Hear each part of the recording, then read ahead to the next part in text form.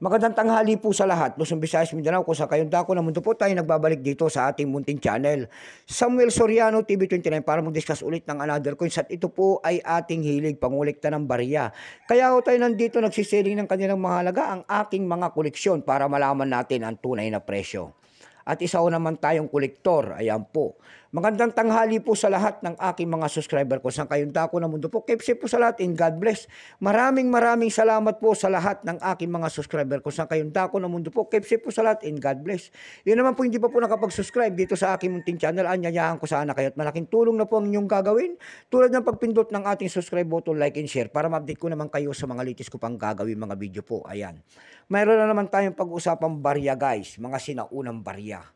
Sinaunang barya na at ito po ay year 1944. Babae po na may hawak na hammer and vulkan.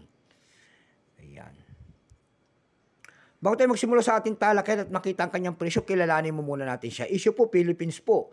Period Commonwealth, 1935 hanggang 1946. Type nito, Standard Circulation Coins, years 1937 hanggang 1945. Value nito, 10 centavos po. Ayan. Currency piso 1967 up to date po. Composition po niyan ay silver. May bigat yang 2 grams. May haba pong 17 mm. May kapal po naman itong 1.26 mm. Hugis po bilog. Orientation nito ay coin alignment. Number M-4712. Reference number KM-181. Ayan. Ito pong year 1944. Ito po ay dimberment. Ito po ay 66%.